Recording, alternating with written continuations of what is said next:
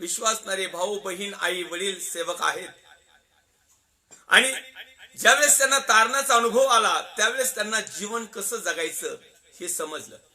आज आपला विषय देखील तोच आहे, सजीव जिवंत जगण्याची एक पद्धत किंवा कसं जगायचं या विषयावर आपण सातत्याने चिंतन मनन अध्ययन करत आलो आहोत. पुन्हा एक वार आज 13व्या भागामध्ये आम्ही पास्टर राजू अलट अहमदनगर मधून आपल्या प्रत्येकाचं हार्दिक स्वागत करतो. लाईव्ह सेशन आलेल्या सर्व अभिषिक्त सेवक सेविका विश्वासणारे भाऊ बहीण आई वडील त्याचप्रमाणे लाईव्ह नंतर पाहणारे या प्रत्येकाचं या समाला मी स्वागत करतो. येऊया आपण आपल्या विषयाला सुरुवात करूया चिंतन मनन अध्ययनासाठी. आपण आज वचन निवडलेलं आहे पहिलं कोरिन्थीकराचं पुस्तक अध्याय क्रमांक 15 आणि वचन क्रमांक 22.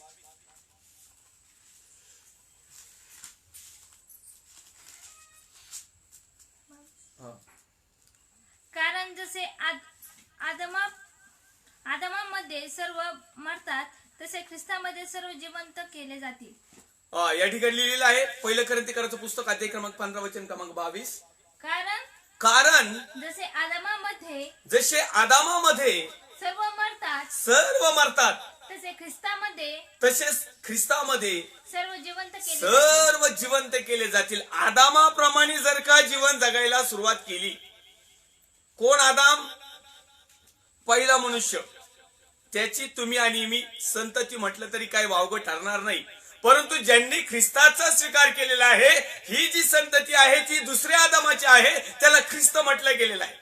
आणि म्हणून अशा प्रकारे आदामाप्रमाणे जीवन जे जगणारे आहेत किंवा आदामाच्या पावलावर पाऊल ठेवून त्यांचं जीवन, त्यांचं सजीवपण, त्यांचं जिवंतपणा, त्यांचं जगणं जगणारे जे लोक आहेत, म्हणजे पापामध्ये, शापामध्ये, कष्टामध्ये, अधार्मिकतेमध्ये, अविश्वासामध्ये, आज्ञाभंगामध्ये जीवन जगणारे जे लोक आहेत, अशा कॅटेगरीचा जो वर्ग आहे तो आदामाच्या खानदानीतच जाऊन पडतो.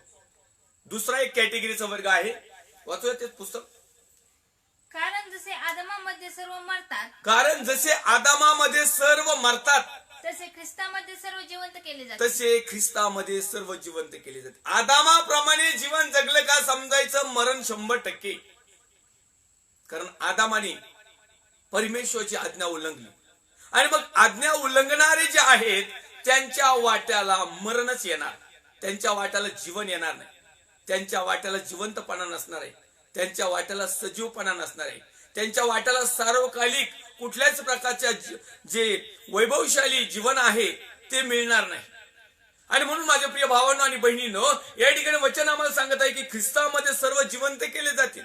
जसं आदामामध्ये सर्व मरतात, परंतु ख्रिस्तामध्ये जर जीवन जगत असाल, ख्रिस्तामध्ये जर जिवंत असाल, ख्रिस्तामध्ये जर तुम्ही सजीव असाल, ख्रिस्ताप्रमाणे जर तुम्ही काही गोष्टी करत असाल, ख्रिस्ताने शिकवलेल्या सर्व गोष्टीचं जर पालन करण्याचा तुम्ही निर्णय केलेला असेल, किंबहुना यापेक्षा पुढे ख्रिस्ताने दिलेल्या विधी नियम आज्ञा जर पाळत आहात, ख्रिस्ताने दिलेला पवित्र आत्म्याचा तुम्ही जर स्वीकार केलेला आहे, जर आत्म्याच्या प्रेरणेने तुम्ही आणि मी चालत आहोत, जर आमचा विश्वास संपूर्ण ख्रिस्तावर जर अवलंबून आहे, तर ख्रिस्तामध्ये सर्व जिवंत केले जातील.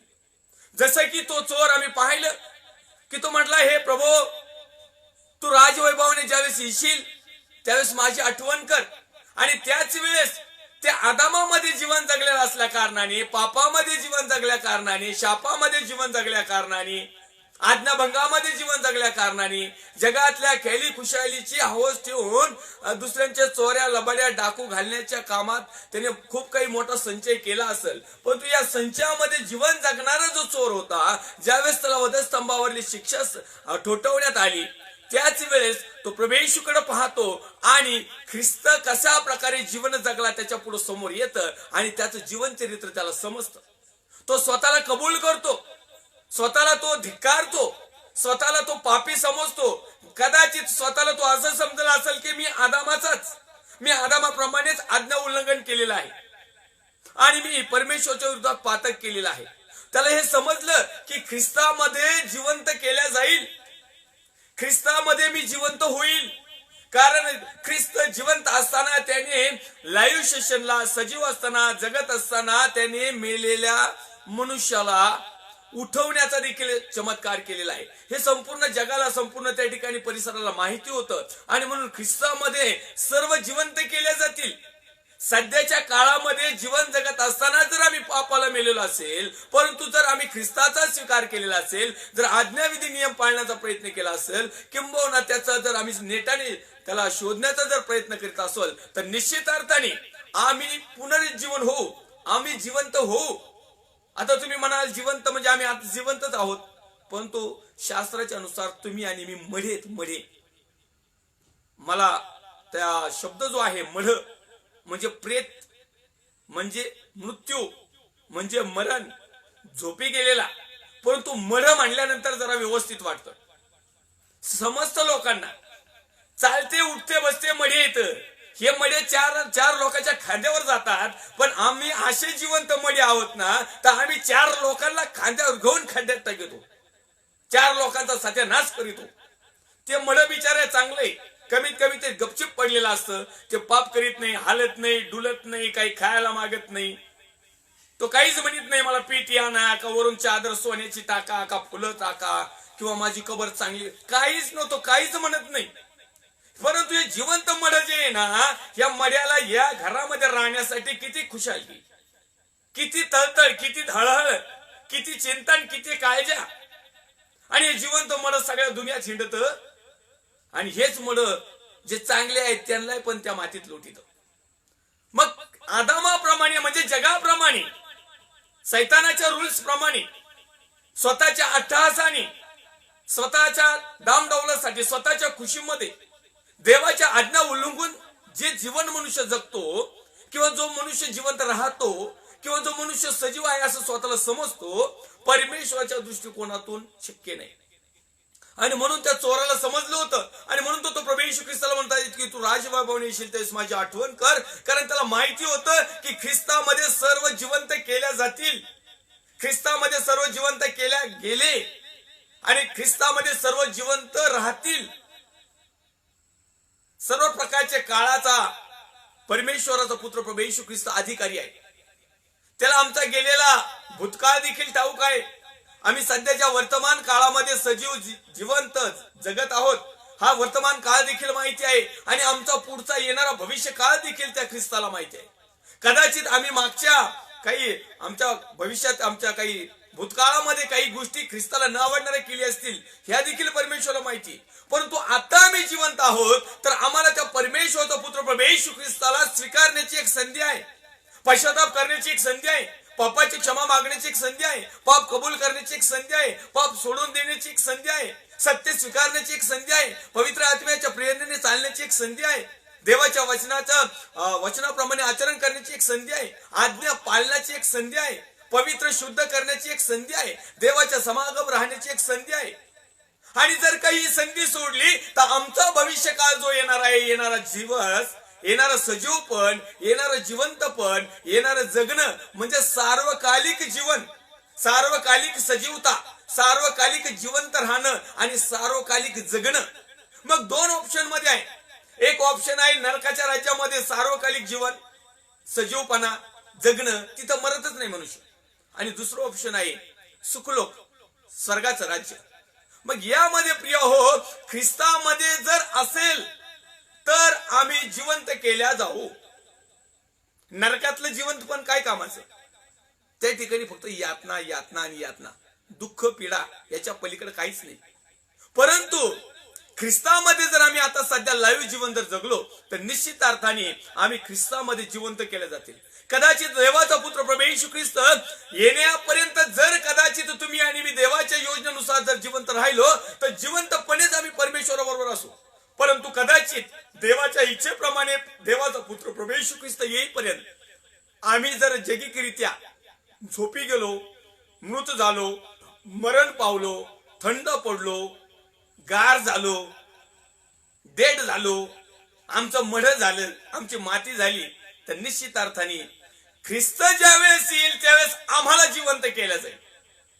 सार्वकालिक वतनासाठी, सार्वकालिक जीवनासाठी, सार्वकालिक राज्यासाठी. आणि म्हणून प्रिय हो, पहिल्या करंतीकराचे जे लोक होते, जी मंडळी होती, त्या ठिकाणी प्रेषित पौल साहेब या ठिकाणी लिहित आहेत पहिल्या करंतीकराच्या पुस्तकामध्ये अध्याय क्रमांक 15 आणि वचन क्रमांक 22 मध्ये, कारण जसे आदामामध्ये सर्वच मरतात. आदाम मध्ये म्हटलं का मरण आलंच. पापाचा किंवा मरणाचा मूळ पुरुष आदाम.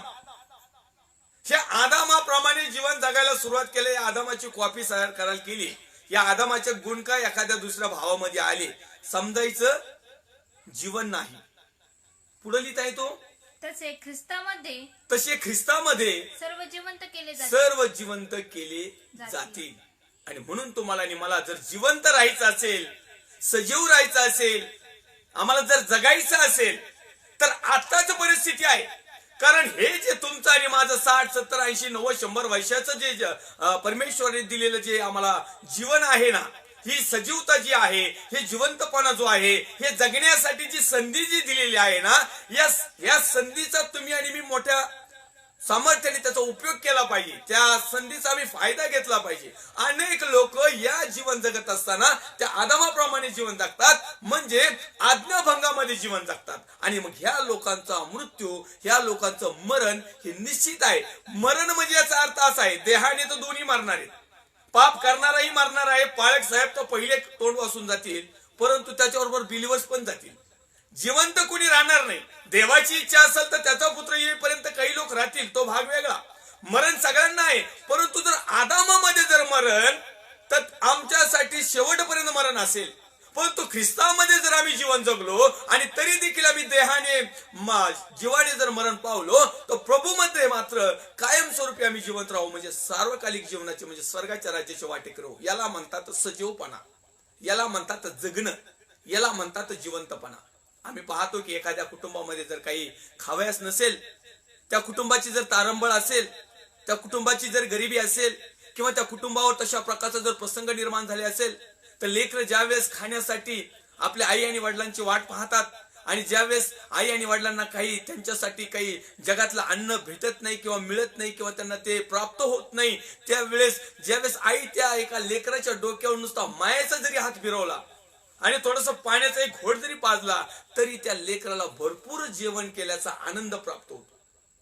याचा अर्थ काय आहे की आईचा जो हात आहे तो मायेचा आहे, प्रेमाचा आहे, सजीवपणाचा आहे, जिवंतपणाचा आहे, जगण्याचा आहे, आशीर्वादाचा आहे, सुखाचा आहे. भले त्या टायमिंगला त्या लेकराला काही खायला नाही मिळालं तरी चालेल, पण तो अनेक असे काही लेकर आहेत ते खाऊन खाऊन दवाखान्यात त्यांना नेतात.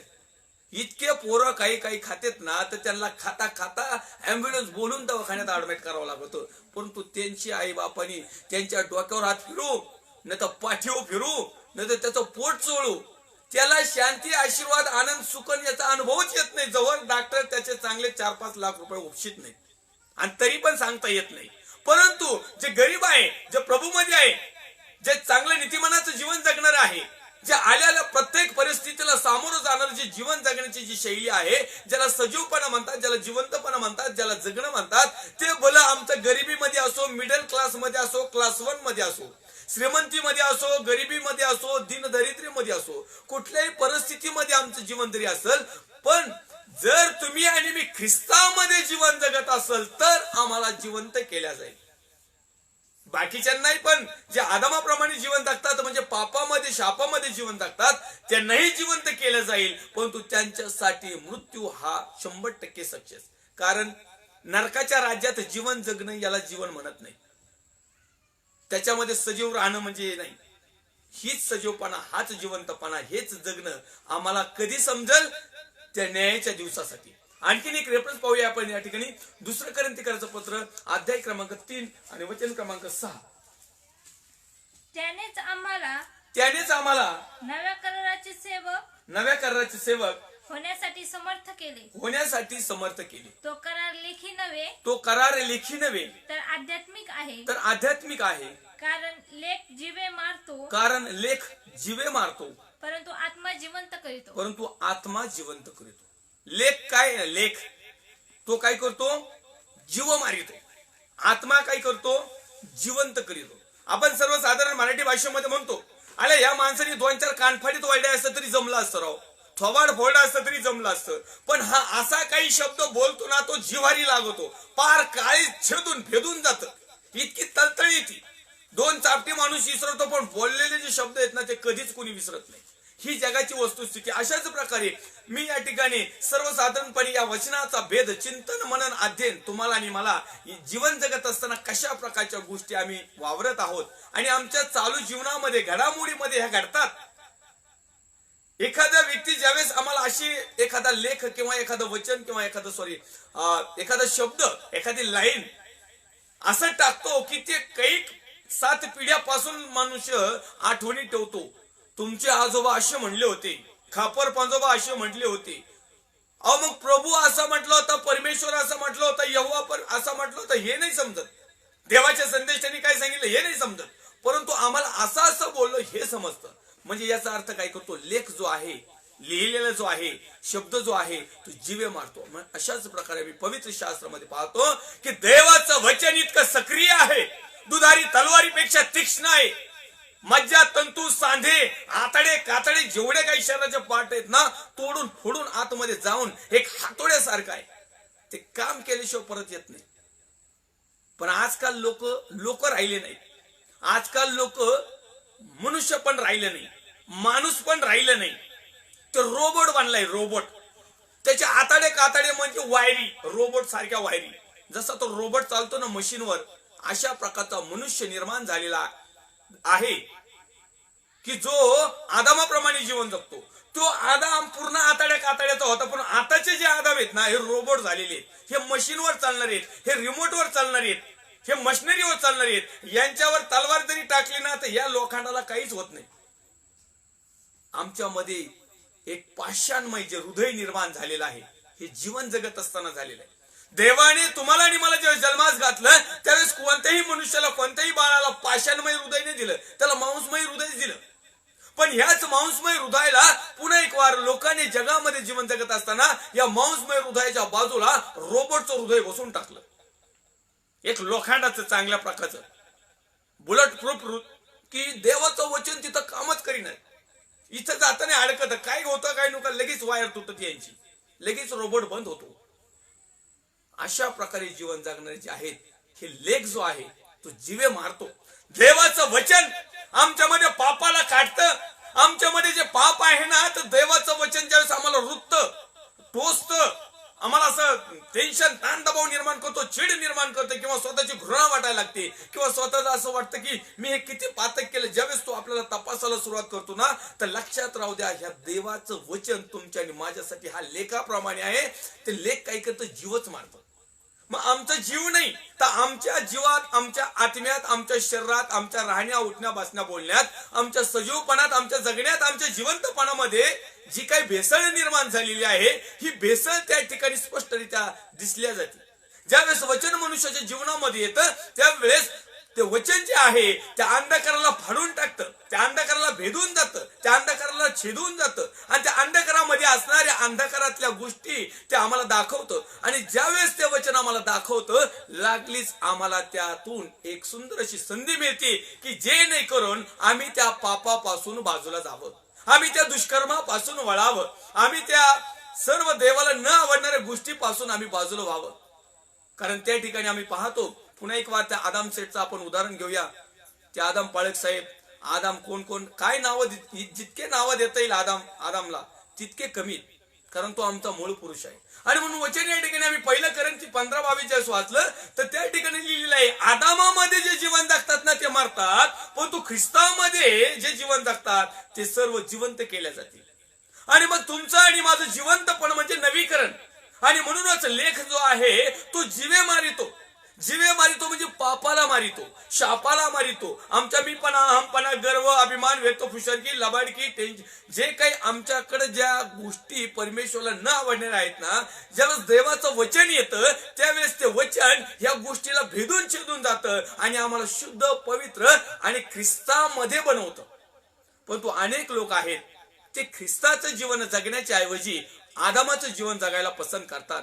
कारण आदामाला जोडीदार हवाबाई आहे, आणि हवाबाईने एकदा का हवा भरली की आदाम गॅसच्या फुग्यासारखा एकदम वरती जातो. मध्येच काहीतरी वातावरण खराब झालं का तो फुगा परत एकदा फुटून खाली येतो. अशा प्रकारे मनुष्य जीवन जगत आहे. सजीवपणाचे लक्षणच नाही. हवा भरली का झाला सजीव, हवा काढून घेतली का झाला निर्जीव. मग अशाच प्रकारे आज अनेक लोक आहेत की ते लेखाप्रमाणे म्हणजे आज्ञाप्रमाणे नियमाप्रमाणे जीवन न जगता स्वतःच्या किंवा जगातल्या रूढी परंपराप्रमाणे जीवन जगतात. आणि हे करीत असताना देवाचा वचनाच्या माध्यमातून हा जो लेख आहे, हे जे वचन आहे, जो देवाचा शब्द आहे, देवाची आज्ञा जी आहे, ती आम्हाला त्या पापापासून दूर करण्याचा सातत्याने प्रयत्न करते. पण तो आत्मा ज्यावेळेस आम्ही स्वीकारतो त्यावेळेस तो आत्मा आम्हाला जिवंत करतो. ज्या ज्या देवाच्या अभिषिक्त सेवकांना पवित्र आत्म्याचा स्पर्श आहे, ज्यांनी पवित्र आत्मा स्वीकारलेला आहे, जे पवित्र आत्म्याचे वाटेकरी झालेले आहेत, जे पवित्र आत्म्याला उत्स्फूर्त ठेवलेलं आहे, ज्यांनी पवित्र आत्म्याला स्वच्छ ठेवलेलं आहे, सुंदर ठेवलेलं आहे, ज्यांनी पवित्र आत्म्याला वाढवलेलं आहे, जे पवित्र आत्म्याच्या मार्गदर्शनानुसार जीवन जगत आहे, जे पवित्र आत्म्यासह परमेश्वराचा पुत्र प्रभू येशू ख्रिस्ताच्या चरणाजवळ सातत्याने बसत आहे, जे पवित्र आत्म्याच्या गायडन्स नुसार स्वतःला शुद्ध आणि पवित्र करून घेत आहे, हे जे आहे आत्मा त्यांना जिवंत ठेवतो. परंतु ज्यांना देवाचा पवित्र आत्माच नाही असे लोक मरणाच्या लाईनला उभा आहेत. दोन लाईनी, एक जीवनाची लाईन आणि एक मरणाची लाईन.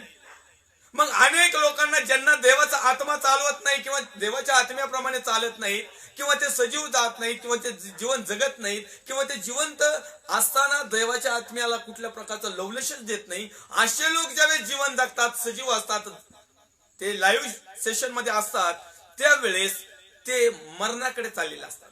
परंतु ज्यांना सत्य समजतं, ज्यांना देवाचा पुत्र प्रभू येशू ख्रिस्ताने पवित्र आत्मा दिला, ज्यांना परमेश्वर पित्याने यहोवाने आकर्षित केलं आणि ज्यांना पवित्र आत्मा मिळाला ते पवित्र आत्म्याच्या प्रेरणेने जीवन जगतात, असे लोक या ठिकाणी वचन सांगतं 2 कोरिंथी 3:6 मध्ये की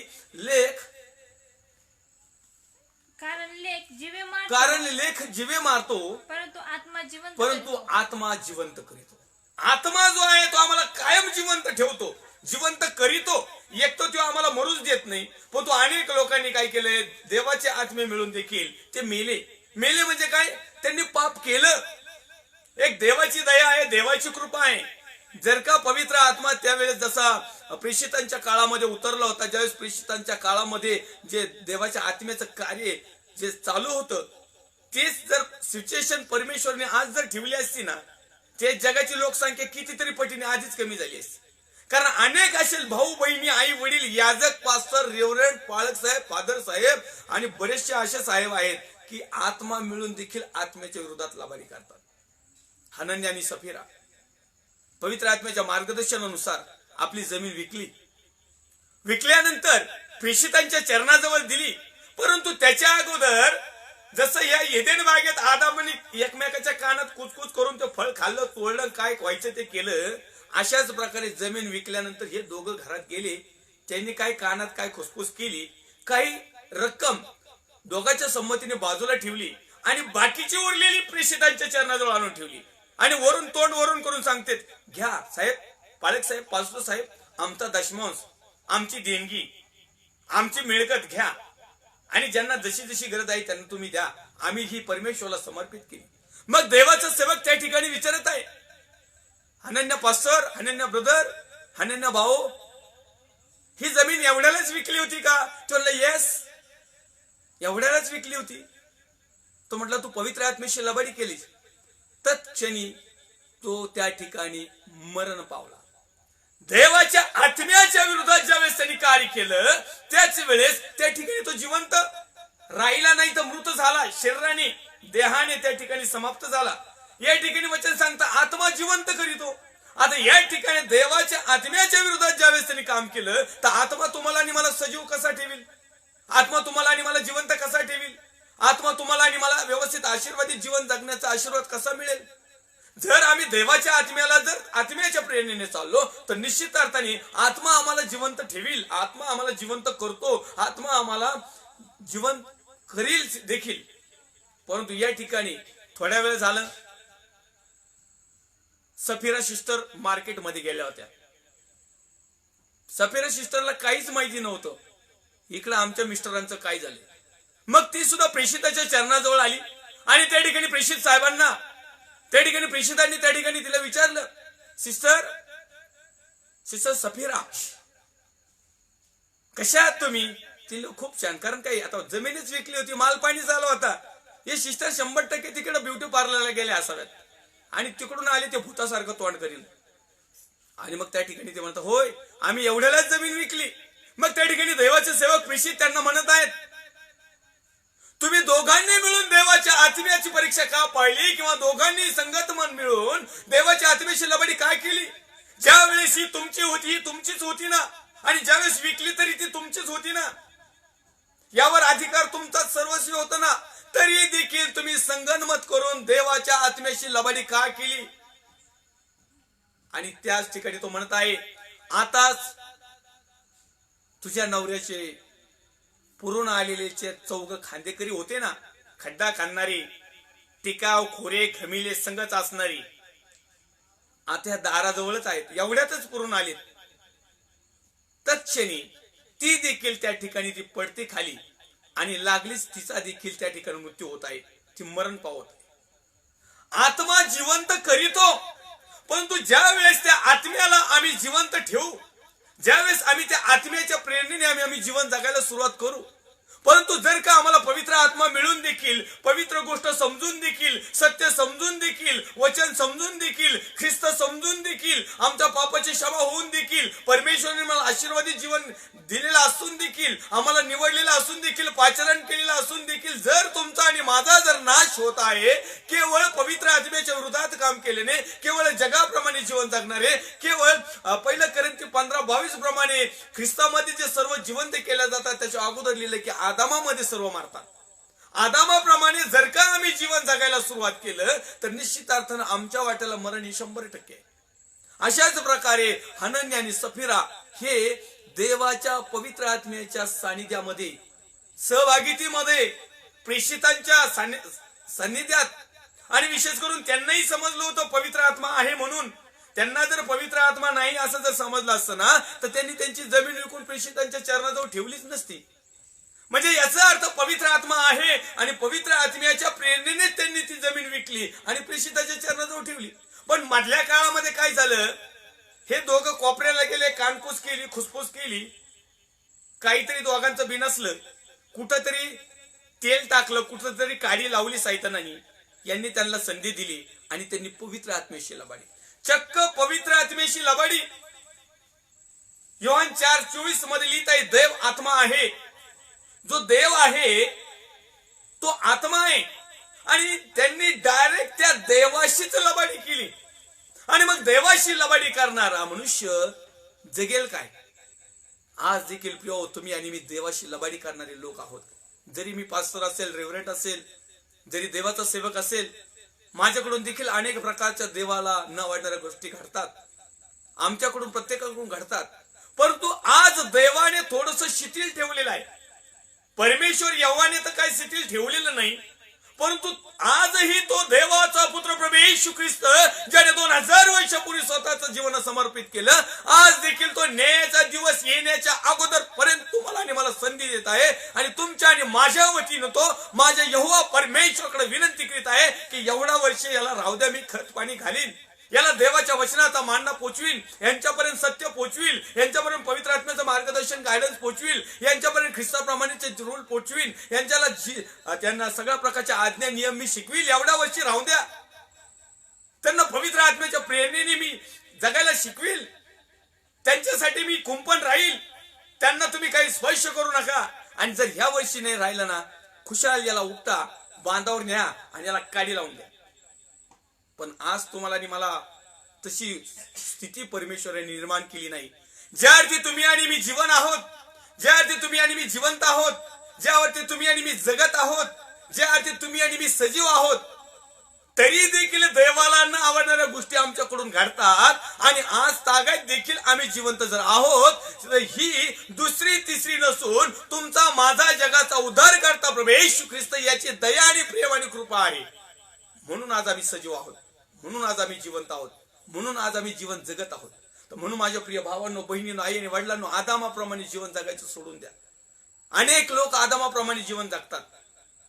आदामाप्रमाणे जीवन म्हणजे आज्ञाभंगाचं जीवन, आदामाप्रमाणे जीवन म्हणजे भटकतं जीवन, आदामाप्रमाणे जीवन म्हणजे शापाचं जीवन, आदामाप्रमाणे जीवन म्हणजे कष्टाचं जीवन, आदामाप्रमाणे जीवन म्हणजे त्या जीवनाला काही अर्थच नाही, कारण त्या आदामानेच पहिला मृत्यूचा डाग लावून घेतला, त्या आदामानेच पहिला आज्ञाभंग घेतली, त्या आदामानेच पहिलं परमेश्वराशी बंड केलं, त्या आदामानेच पहिल्यांदा परमेश्वराची आज्ञा मोडली, त्या आदामालाच स्वतःहून आपल्या हा बैल मुझे मार, आदामाने काय केलं, स्वतःहून आपल्या पायावर कुऱ्हाड मारून घेतली.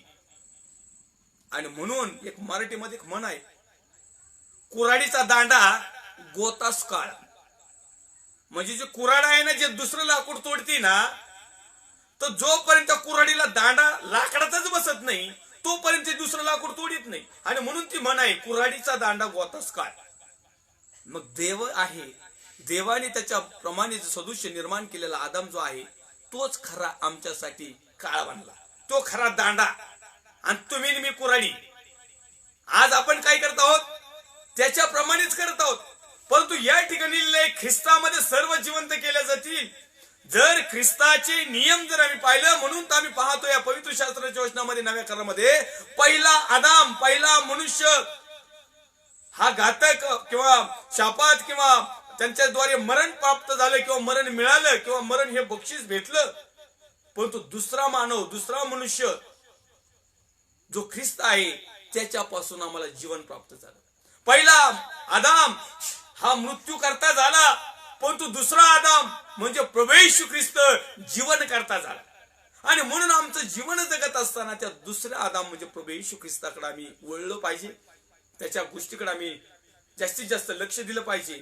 आणि विशेष करून या शेवटच्या काळामध्ये पवित्र आत्म्याला आम्ही प्राधान्य दिलं पाहिजे. पवित्र आत्म्याच्या प्रेरणेने आम्ही चाललो पाहिजे, पवित्र आत्म्याच्या प्रेरणेने आम्ही जीवन जगलो पाहिजे. आम्ही आणखीन एक रेफरन्स पाहूया या विषयावर, कारण आपल्या विषयाची हेडलाईन्स आहेत, जिवंत जगणे, सजीव जीवन. या विषयावर आपण सातत्याने गेल्या अनेक भागामध्ये, म्हणजे थोडक्यात आज 13वा भाग आहे, 13 भागामध्ये आम्ही या विषयावर चिंतन मनन अध्ययन करत आहोत. याचं मला पहिलं थिस्सलुनिकराचं पत्र अध्याय क्रमांक 1 वचन क्रमांक 2 पाहूया. 9 पाहूया. कारण तुम्हामध्ये आमचे येणे कोणत्या प्रकारचे झाले हे आणि जिवंत व सत्य देवाची सेवा करण्यास. पहिल्या थिस्सलुनिकराचं पत्र अध्याय क्रमांक 1 आणि वचन क्रमांक 9 या ठिकाणी लिहिले, कारण तुम्हामध्ये आमचे येणे कोणत्या प्रकारचे झाले हे आणि जिवंत व सत्य देवाची सेवा करण्यास. तुमचं आणि माझं जीवन आज परमेश्वराने जिवंत व सत्य देवाची सेवा करण्यासाठी दिलेलं आहे.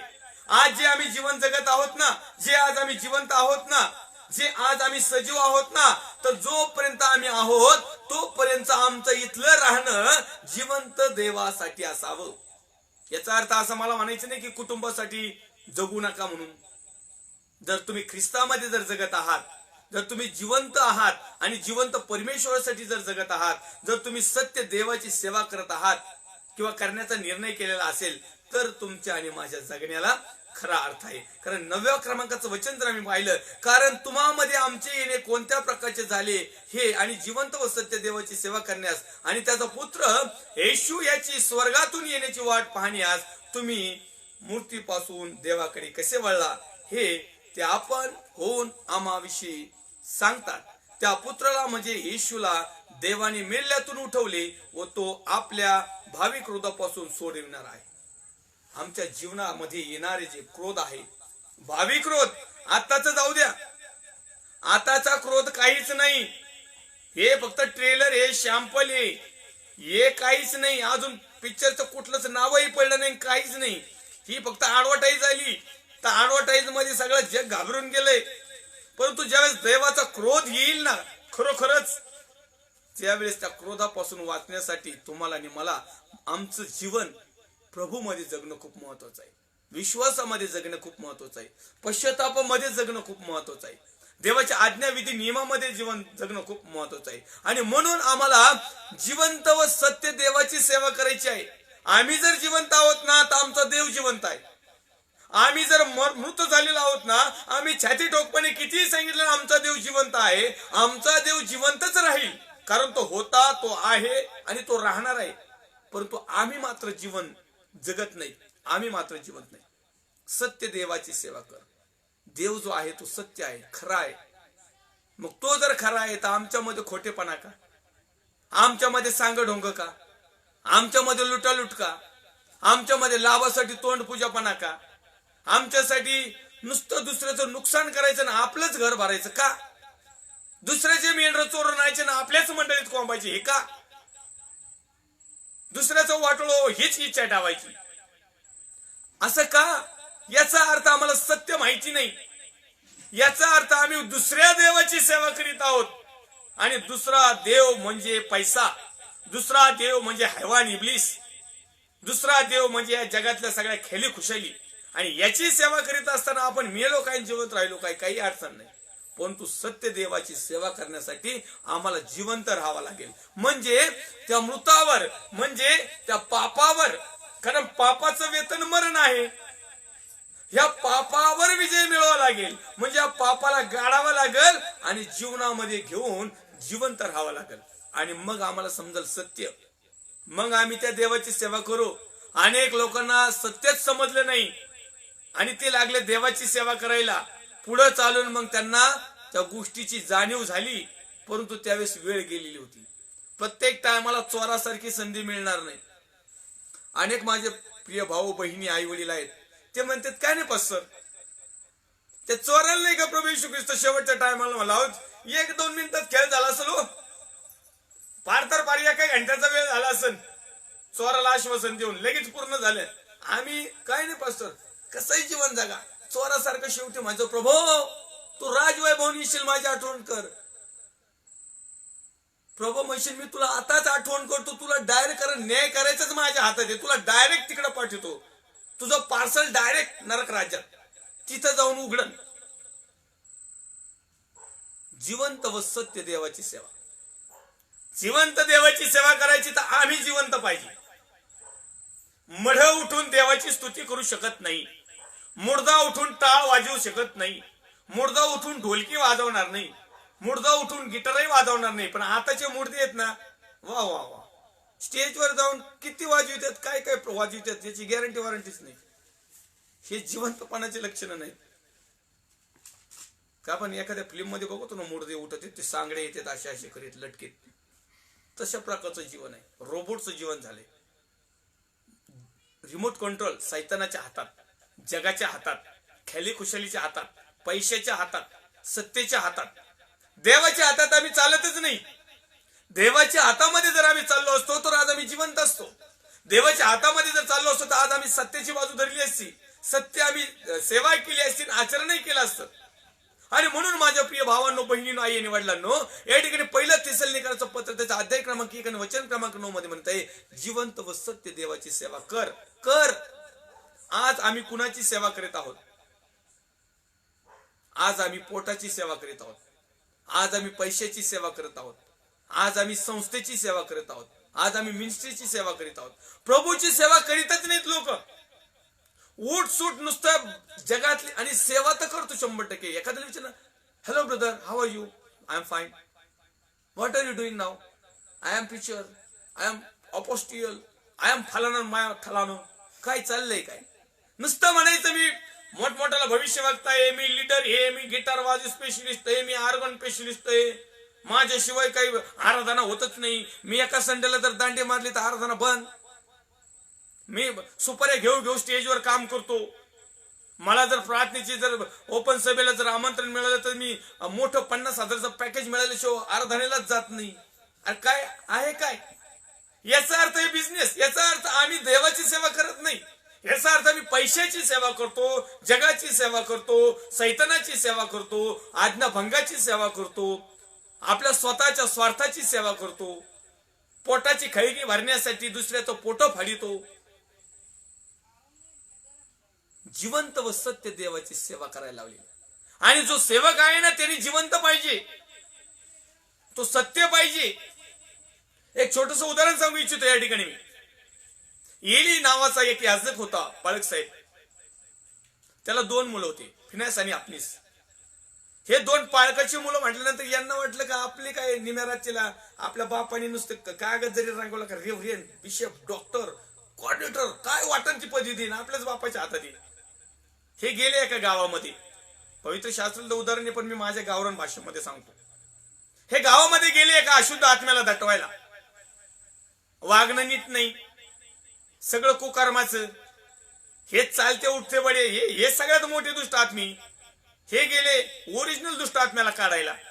यांच्यात जिवंतपणा नाही, यांच्यात सत्यपणा नाही, यांच्यात पवित्रता नाही, यांच्यात शुद्धता नाही. अहो यांनी एवढंच नाही, या पिण्यास आपणीच या इलियासकाच्या पोराने त्या ज्या वेळेस आपण पवित्र स्थान, परम पवित्र स्थान आणि मंदिरामध्ये जे काही अर्पण करायला जे काही श्रेय यायचे ना, यांच्याशी त्या ठिकाणी कुकर्म केलेले महाभाग याचकाचे लेकर. आज देखील काही याजक आहेत आणि त्यांचे लेकर अशाच पद्धतीवर चाललेले आहेत. मग आम्ही पाहतो त्या ठिकाणी त्या उदाहरणामध्ये एलीला ओळखतो, पौलाला ओळखतो, येशूला ओळखतो, यव्हाला ओळखतो, परमेश्वर सगळ्या दुनियाला ओळखतो. तू कोण आहे, तुझी ओळख काय? काहीच उत्तर देता येणार. जेव्हा नागवे करून कपडे काढून आख्या गावात पळू हाणली, लय हाणली. सेवा करायला गेलते. या ठिकाणी आपल्याला रेफरन्स आहे, जिवंत व सत्य देवाची सेवा कर. काही लोक असेच सेवा करायला जातात आणि फुल मार खाऊन येतात, फुल सुजून येतात, वरून इकडे लाज नसल्यासारखे सांगतात.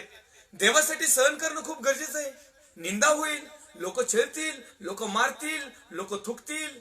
आमेन, प्रेज द लॉर्ड. काही अडचण नाही. नंतर समजत यांच्या मीपणामुळे, यांच्या मुजरपणामुळे, यांच्या पापामुळे, यांच्या वाईट नजरेमुळे, यांच्या व्यभिचारामुळे यांनी मार खाल्ला. हे नंतर समजतं. परंतु सांगताना मी सेवक आहे. खेदाची आणि लाजेची आणि शर्मीची गोष्ट आहे. जर तुम्हाला आणि मला परमेश्वराने आज जर जिवंत ठेवलेलं आहे, तर आम्हाला त्या जिवंतपणामध्ये त्या जिवंत परमेश्वराची सेवा करण्यासाठी निवडलेलं आहे, पाचारण केलेलं आहे, आचरण केलेलं आहे. त्या सत्य देवाची सेवा करण्यासाठी आम्हाला सत्यतेमध्ये जावं लागेल. 100% मी तुम्हाला सांगतो की जिवंत देवाची आणि सत्यपणाने सेवा करताना हाल होणार, अपेष्टा होणार. लोक बळच येऊन मारणार नाही, आरोप काही कुणी कुणावर करत नाही.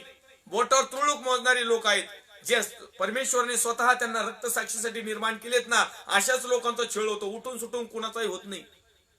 फक्त वचन उचलायचं देवासाठी. अरे पण तुम्ही लाभासाठी तोंड पूजापणा करता. या ठिकाणी शर्मीची गोष्ट आहे. मला एक फोन आला होता श्रीरामपूर गावामधून. आमच्या नगर जिल्ह्यामधलेच पाळक आहेत, तालुक्यामधलेच आहे. मला नाव पण माहिती, परंतु आता मुद्दामून त्या पाळक साहेबांचं नाव मी घेणार नाही. एका संस्थेचा उल्लेख दाखवला. श्रीरामपूर मध्ये गेले आणि त्या ठिकाणी आमच्या बहिणींना मशनी घेऊन देऊ, फलाना घेऊन देऊ, बिस्ताने घेऊन देऊ, असं करता करता 18-28 रुपयाचा ऐवज घेतला आणि हे लंपास झाले. हे नगर मधले आहेत. मला त्या दिवस त्या भावानी फोन केला ना, त्यावेळेस मला म्हटलं तुम्ही इकडे या नगर मध्ये, मी बरोबर घेऊन जातो तिथं. आता फोन उचलीत नाहीत, कामच झालं नाही, संस्थेचं कामकाजच रखडलंय, कागदपत्रच पूर्ण नाही. अहो आम्हाला जिवंत देवाची सेवा करायला लावलंय, सत्याने या हमाल्या नाही करायला लावलं. हा, तुम्ही सेवा करा, तुमच्याकडे आहे ना जे काही तुम्हाला इतरांना देण्यासारखं आहे, ज्यामधून लोकांची गरज भागल्या जाईल ते करा, निश्चित करा. समाजसेवा करा, सगळ्या गोष्टी करा, पण सत्यामध्ये करा. आज स्विच ऑफ येतोय फोन. खेदाची आणि शर्मीची गोष्ट आहे. म्हणून या ठिकाणी पहिलं थेसली 1:9 मध्ये सांगत आहे की जिवंत व सत्य देवाची सेवा कर. मग ही जी सेवा चाललेली आहे ही एक तर जिवंत देवाची नाही करत, सत्यही करत नाही. याचा अर्थ आमचा देव तो जिवंत होता, जिवंत आहे आणि जिवंतच राहणार आणि येणार पण आहे.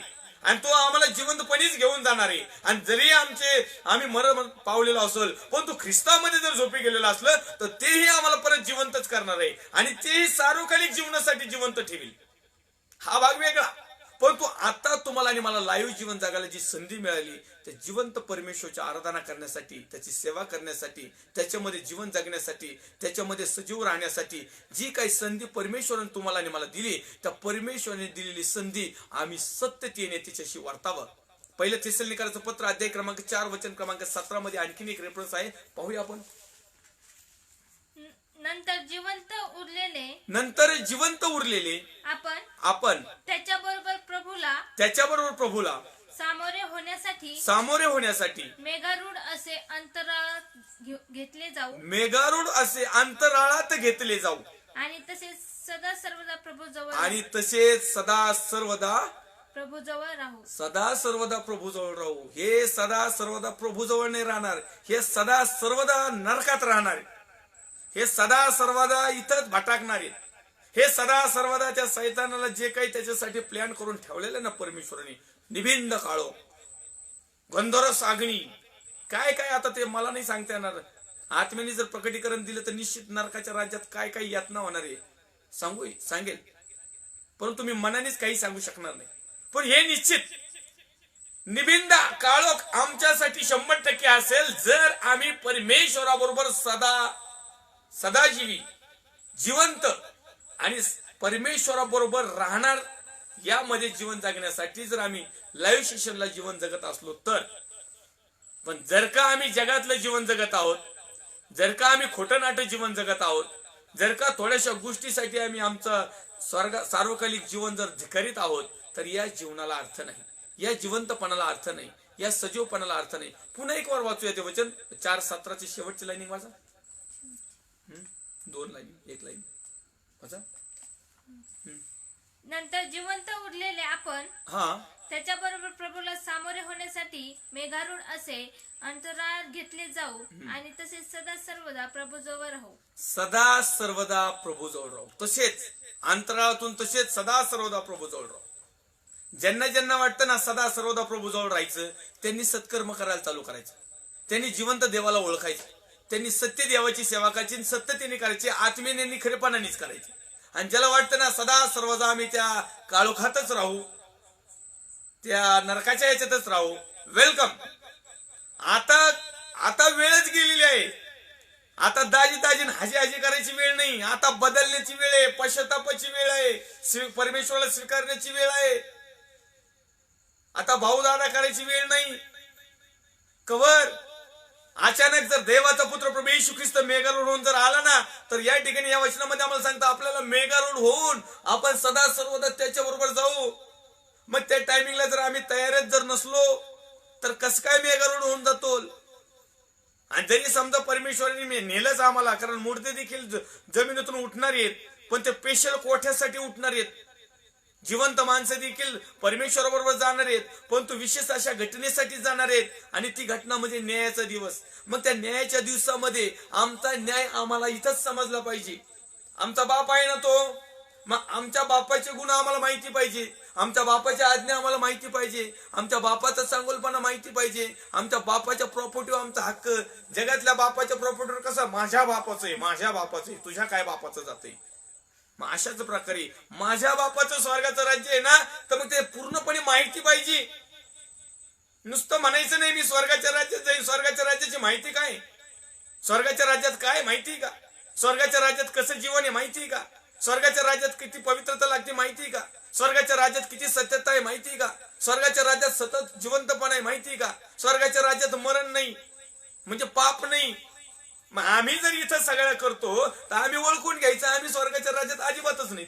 म्हणायचंच नाही चोराप्रमाणे प्रभू राजवैभवनी येशील माझी आठवण कर. हा राजवैभवनी नाही, हा मेघारूढ येणार आहे आणि ह्यो न्यायासाठीच येणार आहे. आणि न्यायाच्या दिवशी कुणीही कुणाची गाई करणार नाही. मी सुद्धा म्हणू शकत नाही I am pastor Raju Alert from Ahmednagar. प्रभू खूप ताकदीने, सामर्थ्याने, अभिषेकाने, तळतळून, हळूहळून तुझी इतकी खड्या आवाजात मी सेवा केली.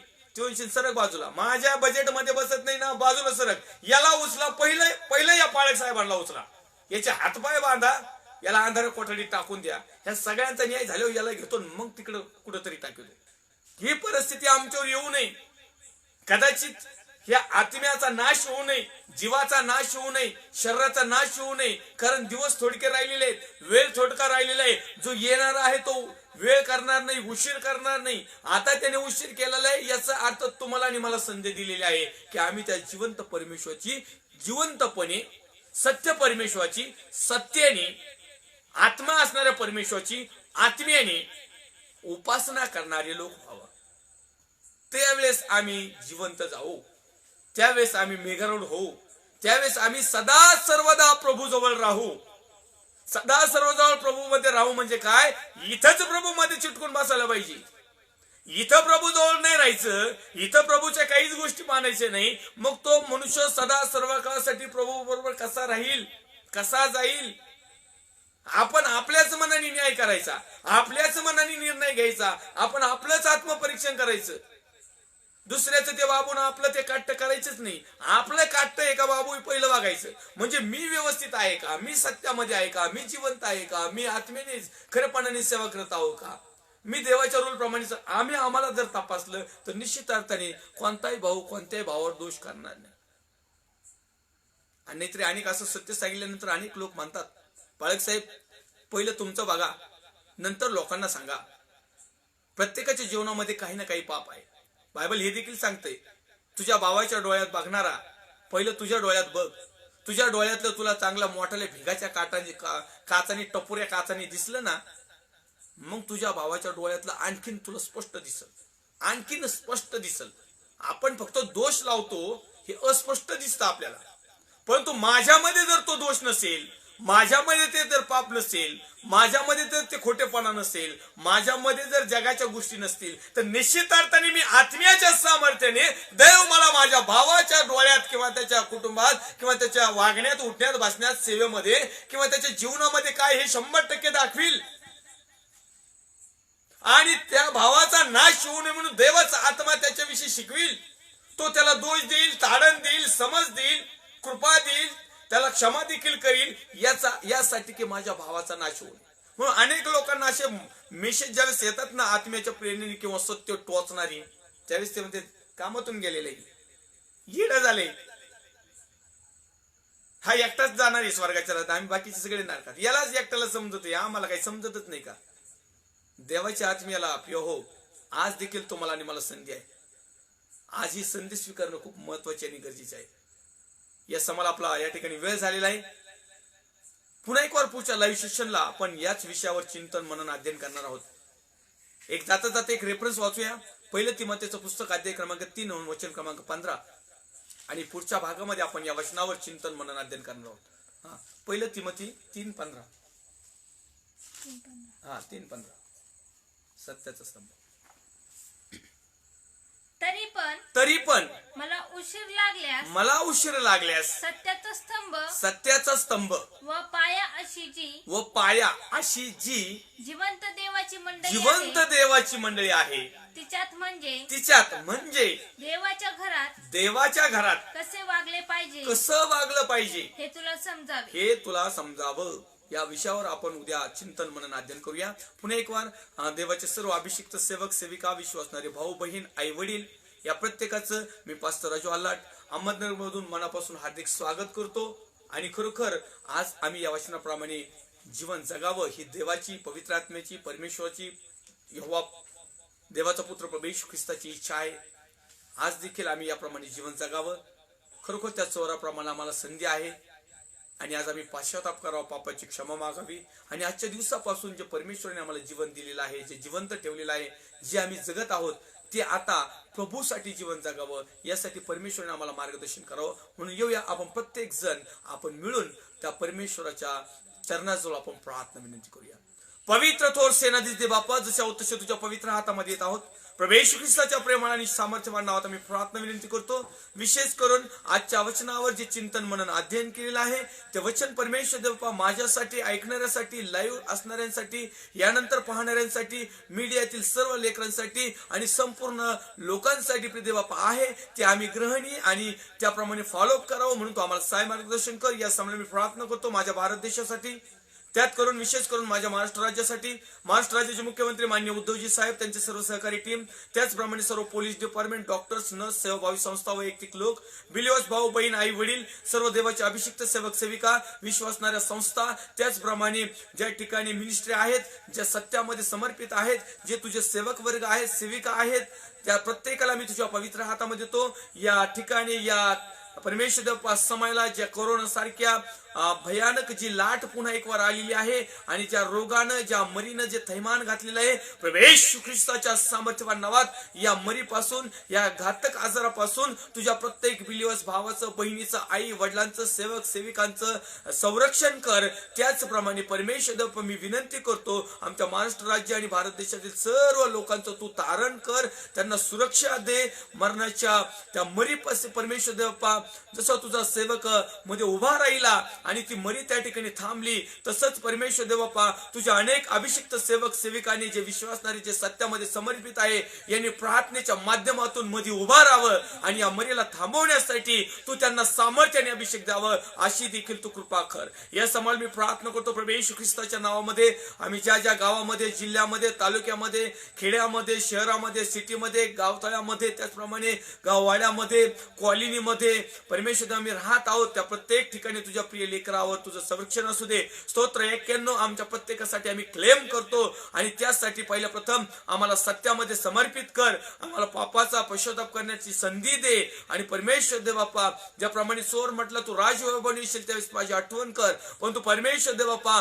आम्ही आजच म्हणत आहोत की तू केव्हा येशील आम्हाला ठाऊक नाही, परंतु आज आम्हाला परिवर्तनासाठी संधी दे. आज आम्हाला वेळ दे, आम्हाला जिवंत ठेव, आम्हाला कसं जीवन जगायचं हे शिकव. परमेश्वर देव मी प्रार्थना करतो माझ्या गावासाठी, माझ्या आप्तजनांसाठी, माझे नातेवाईक भाऊबंद आणि सर्वांसाठी, माझ्या भावांसाठी, माझ्या भावाच्या लेकरांसाठी, त्याचप्रमाणे माझ्या सर्व परमेश्वर परिवारांसाठी आम्ही प्रार्थना करतो. परमेश्वरच्या नावात सैतानाचे जोखडं, बंधन, अडकणं, जे काही समस्या, पीडा, जे काही आरोप प्रत्यारोप, जे काही दुष्परिणाम, परमेश्वर ज्या काही गोष्टी घडामोडी चाललेल्या आहेत परमेश्वरच्या नावात प्रत्येक भावाला, बहिणीला, आई वडिलांना, प्रिय लहानापासून थोरापर्यंत प्रत्येकाच्या नावाप्रमाणे, प्रत्येकाला लागणाऱ्या गरजेप्रमाणे उत्तर देऊन तृप्त कर आणि या माध्यमातून त्यांचं जीवन परिवर्तित कर. सर्व आदर, गौरव, सन्मान, महिमा आम्ही तुला देत.